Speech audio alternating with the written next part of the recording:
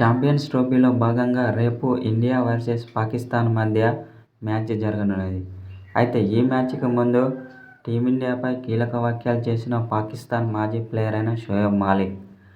అయితే ఇప్పుడున్న ఫామ్లో టీమిండియాను ఓడించడం చాలా కష్టమే అని అన్నాడు. ఎందుకంటే టీమిండియా ఆటగాళ్లు బౌలింగ్లోనూ, బ్యాటింగ్లోనూ, అటు ఫీల్డింగ్లోనూ చాలా అద్భుతంగా రాణిస్తున్నారు. కాబట్టి ఇప్పుడున్న ఫామ్లో టీమిండియాను ఓడించడం ఏ జట్టు వల్ల కాదని పాకిస్తాన్ మాజీ ఆటగాడైన షోయబ్ మాలిక్ ఓ సోషల్ మీడియా ద్వారా తెలిపాడు.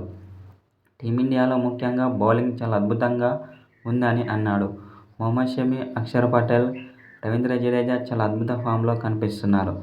కాబట్టి టీమిండియాను ఓడించడం చాలా కష్టమే అని కొందరు మాజీ క్రికెటర్లు అంటున్నారు. బ్యాటింగ్ చూసుకున్నట్లయితే రోహిత్ శర్మ, శుభ్మన్ గిల్, విరాట్ కోహ్లీ, కేఎల్ రాహుల్ చాలా అద్భుత ఫామ్లో కనిపిస్తున్నారు.